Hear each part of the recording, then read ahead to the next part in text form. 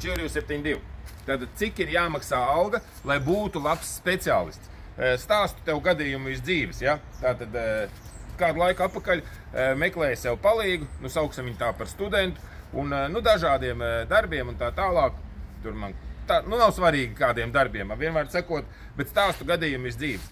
Tātad students strādā pa 30 eiro dienā, un nu viens tāds piemērs, jāsatais viņam izpūtais vitojam, ja? Un vitojam ir tā, kad viens diametrs no izpūtējiem truba nāk bišķi rasnāk, pēc tam aiziet tālāk bišķi tievāk. Šīs te trubas viņam uzdevums savienot, jo tā jaunā izpūtēja daļa nu, ir bišķi tievāks materiāls. Mums ir tāds savilcējs hamuts, kurš, protams, ir viena diametra. Viņš uzliek uz vienas tās savalkās, uz otras paliek bišķi vaļīgāks, un es jau to neredzu. Viņš paņem vienkārši uzliek tādu punktu augšā ar metināmo, augšā, lai neredz. Psk! Nu, un ķipa viss un turās kopā un ir labi, ja? Tagad, nu, paiet kaut kāds laiks, un es jūtu, kaut kas nav kārtībā, saproties. Un, nu, kaut kā tā, un es skatos, blin, tur pūš garām, tāpēc, ka viņš vienkārši savilcis, un tur ļurkājās, viņš ir uzlicis punktu apzināti. Nav tā, ka viņš nav sapratis, ka tur ļurkājās, viņš pielicis punktu, un viss, un darbs kārtībā. Es saku, kas tad tā pa herņu? Tas taču ir kasjaks. Viņš, jā. Bet tanī brīdī es sapratu, ka viņam vienkārši jāmaksā ir vairāk. Lielāka alga jāmaksā, lai viņš netaisītu tādas kasjaks. Es domāju, nu, ko es ņem, tad jāpaceļ tā alga uz 50 eiro, tad viņš nu, būs labāks students, ja? Un tagad, kur šitam te Mersim bija jāsamaina termostats.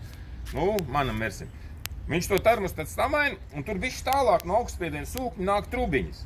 Un somehow viņš ir, mainot to termostatu, tādā attālumā, tās abas divas trubiņas nolauzas, saproti?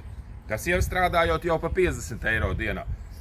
Blin, un tādā brīdī es sapratu, ka viņam ir jāmaksā 80 eiro dienā, lai šādu te kasjaku nebūtu. Un, jā, un tad es viņam sāku maksāt 80 eiro dienā, bet problēma tāda, kad man bija, nu, paredzēts pirmdien brauciens likt to katlu, uz laukiem pielikt katlu man vajag, un čalis vienkārši nav darbā. Vienkārši nekā ne ziņas, nekā vienkārši nav. Un man jau ir sarunāti metālūžņu vedēji, kuri brauks ar savējo busu, vedīs projām veco katlu. Tie metālūžņu vedēji darbinieki arī palīdzēs, tas jaunais katls ļoti smags, ienest viņu iekšā. Un sanāk, ka mēs beigās, nu, mēs jau to katlu tepat pacilājām. Es zinu, ka viņam vajadzīgi 6 cilvēki, lai viņi izceltu to katlu. Un mēs sanākam, 5, saprot? Un visi mēs te sēžam, gaidam, students nav darbā, students pa 80 eiro nav darbā. Un tas bija aizvakar. Pirmdien.